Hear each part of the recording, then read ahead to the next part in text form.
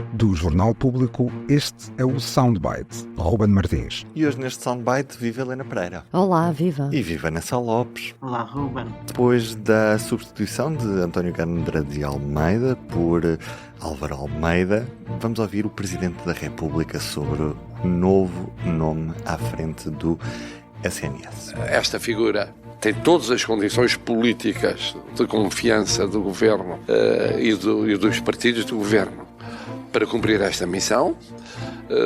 Depois há de se definir para onde é que passa a fronteira entre o que fica para o Ministério, leia-se a Ministra, e o que fica para o novo Presidente. E só a prática mostrará como é ou como não é. Se correr bem, não é preciso rever a estrutura que está montada, há que aplicá-la. Mas correu mal até aqui, é isso que quer dizer? Mal até aqui, desde o início da concessão correu mal. Helena Pereira, Marcelo deixa a entender que isto correu mal desde o início e que provavelmente no futuro o CEO do Serviço Nacional de Saúde vai ser um cargo em vias de extinção. É isso que te parecem estas palavras do Presidente da República ou nem por isso? Sim, e são realmente duas partes. A primeira, que é nova, ficamos a saber que o Sr. Presidente, afinal, acha que nunca funcionou bem a direção executiva do SNS com este governo. É interessante, ainda não tínhamos percebido isso. Foi preciso haver esta, como é que vou chamar, esta machadada no Ministério da Saúde para percebermos que havia aqui algum desconforto já do Presidente com tudo o que tem a ver com a reforma que este governo queria fazer na saúde e pôr a funcionar melhor os serviços de saúde, nomeadamente as urgências, não é? E depois, Marcelo parece estar a apontar o caminho, diria que se fosse no governo de António Costa estaria a apontar o caminho daquilo que tem que ser feito, como as relações com este primeiro-ministro não são propriamente tão próximas, não sabemos se ele está a dizer aquilo que ele acha que deve acontecer ou não. Agora, mas ele tem razão numa coisa.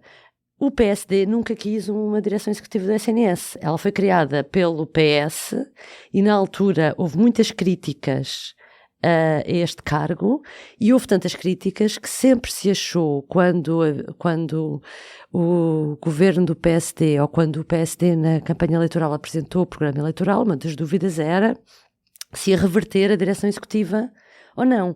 E a formulação que foi encontrada é de que vão simplificar aquilo que são as funções do diretor, do CEO do SNS. Na prática, não vimos isso, porque apesar disso estar no programa de governo, portanto, Marcelo pode estar simplesmente a querer que o governo volte a olhar para o programa que o próprio governo redigiu e que chegue à conclusão de que, que isto tem havido um downgrade, não é? Sucessivo. Isto é um fade-out da direção executiva do SNS, é o que parece. Um apagamento. Exatamente. É uma tradução para português. Ana, parece que isto correu mal desde o início, não é? E depois vem um governo que, de certa maneira, o que passou foi que ia conseguir resolver os problemas todos do SNS muito rapidamente, ou pelo menos apresentar um plano para o fazer, e as coisas não estão a correr assim tão bem. Isto é mais uma machadada que mostra que dificilmente se consegue resolver o problema da saúde em Portugal, é isso? Eu acho que há várias questões. Uma foi a audácia do governo em achar que resolvia os problemas todos do SNS em 6 meses, o que era um perfeito absurdo, e as pessoas que o disseram deveriam ter consciência, até pelo currículo que tinham, nomeadamente a Ministra, isso seria impossível. Portanto, foi mais uma daquelas manigâncias de eu sei, eu posso, eu farei tudo, somos novos, somos um governo novo, vamos fazer tudo, conseguimos. Era impossível, toda a gente sabia que estivesse fora.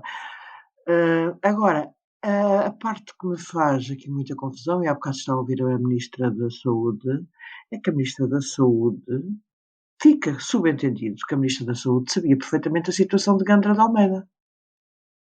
Sabia. Aliás, isto é um país muito pequenino, toda a gente sabe tudo. E a Ministra da Saúde, mesmo sabendo isso, aceitou. Eu acho que a Ministra da Saúde está mesmo em causa com esta situação, porque agora, aliás, foi perguntada sobre se sabia a situação e não conseguiu responder. Não conseguiu dizer não. Não conseguiu dizer, eu não tenho nada a ver com isto, o Sr. Gandara Almeida doutor, não me comunicou esta situação que não era correta, portanto, estavam à espera que ninguém descobrisse, aparentemente. Que ninguém lesse o relatório da nomeação. Não, a ministra diz que o que interessava era a conclusão do relatório da CRESAP, que dizia que ele estava apto. Exatamente, sim. Porque fazia reservas, mas depois não dizia que não. Ou seja, não importam as... Não lê nada para trás, só lê a última linha. Isto é gravíssimo para a ministra. Isto se fosse já no governo Costa, na decadência do governo Costa, também não estou a falar do início do governo Costa, em que tudo lhe era perdoado, mas isto dava direito a uma polémica absolutamente extraordinária. E se não está a haver tanta polémica, nem tantos pedidos de admissão da ministra, suponho que o PS ainda não pediu admissão, pediu para a ministra, o João Paulo Correia há bocado fez uma declaração, pediu para a ministra ir ao Parlamento, não pediu já a admissão da ministra.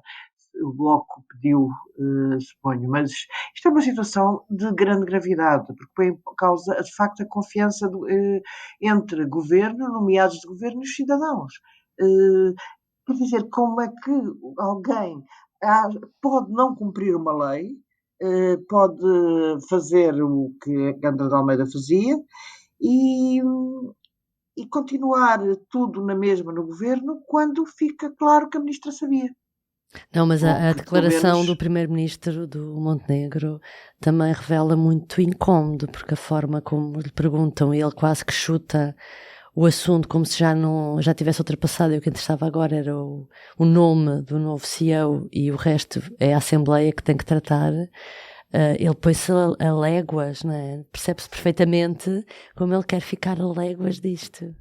Mas também não pode varrer as responsabilidades de tudo, exatamente. Pois não. Ele é o responsável. O caso Gandara de Almeida é evidente que a Ministra da Saúde é a principal responsável e o Primeiro-Ministro é o responsável por tudo o que se passa no Governo.